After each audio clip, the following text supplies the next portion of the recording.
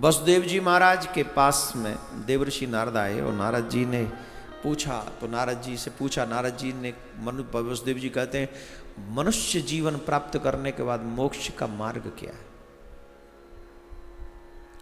नारद जी कहते हैं मनुष्य जीवन प्राप्त होने के बाद 3 काम विशेषतः करने चाहिए, तीनों ऋण उतार देने चाहिए।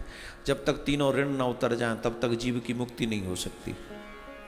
तीनों ऋण कौन से बोले? पितृ ऋण, देव ऋण और ऋषि ऋण। इनको मैंने बार बार आप सबको बताया है। देव ऋण यज्ञ करने से दूर होता है, ऋषि ऋण शास्त्रों की कथा, पुराणों की कथा और उनका ध्यान स्वाध्याय करने से उनका ऋण उतरता है। आप जो भागवत सुन रहे हैं ये ऋषि ऋण उतर रहा है आपके जीवन में से, क्योंकि आज के समय में लोगों के पास उतना समय नहीं है कि स्वाध्याय करें, पाठ करें, इतने पुराण पढ़ें। कलयुग में जीव की आयु कम है, तो जब जब अवसर मिले तब तब पुराणों की कथा को आप श्रवण करते रहो, और जितने पुराणों की कथा आप श्रवण करेंगे उतना ही ऋषि ऋण तुम्हारे जीवन में से उतरता चला जाएगा। जब भी अवसर मिले, जब भी अवसर मिले तो यज्ञ करना चाहिए। यज्ञ करने से देव ऋण उतरता है। सबसे पहला ऋण है पितृ ऋण। सुयोग्य संतान उत्पन्न हो, सजातीय कन्या से विवाह करे। अब विवाह किया जाता है संतान उत्पत्ति के लिए, जिससे पितरों को जल मिल सके, तर्पण मिल सके। आजकल जो लोग ये कहते हैं कि हमारा जल पितरों तक कैसे पहुंच जाता है,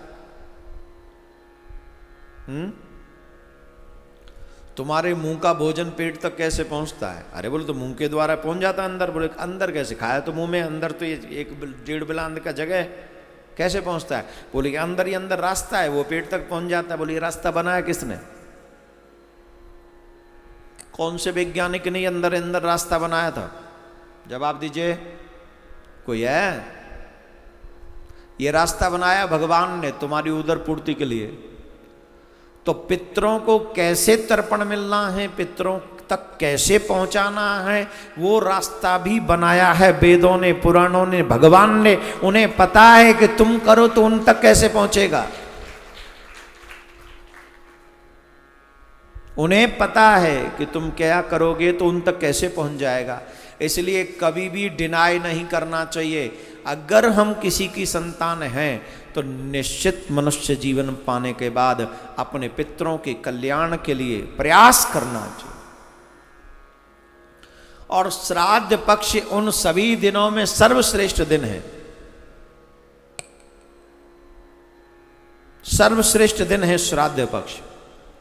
श्राद्ध में अपने पितरों के नाम से जितना भी आप करते हो वो आपसे प्रसन्न होते हैं, इसलिए अवश्य करते रहना चाहिए, जिससे पितृ जब प्रसन्न होते हैं तो अपने बच्चों पर कृपा। मैंने उस दिन बताया था ना, दक्षिण दिशा में पितृलोक में बैठे हुए अहरनिश अपने संतान के लिए, अपने वंशजों के लिए, उनकी मंगल कामना के लिए वो प्रार्थना करते रहते भगवान से, आपकी सुरक्षा, आपके कल्याण के लिए। तो जब आप उन्हें भोजन भी नहीं दो, जल भी नहीं दो, उनके विषय में आप सोचो ही नहीं, तो आपके लिए वो प्रार्थना करना बंद कर देते हैं। और तब आपके घर में द्वंद्व, कलेश, परेशानियां, काम का बिगड़ना, घर में ज़्यादा झगड़े होना, और घर गिरवी रखना या फलानी चीज़ें रखना, सोना गिरवी रखना, ये सब चीज़ों प्रतीक हैं तुम्हारे पितरों के नाराज होने का।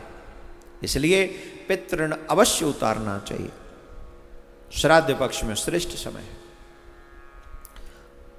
ये 3 कार्य बताए देवर्षि नारद ने।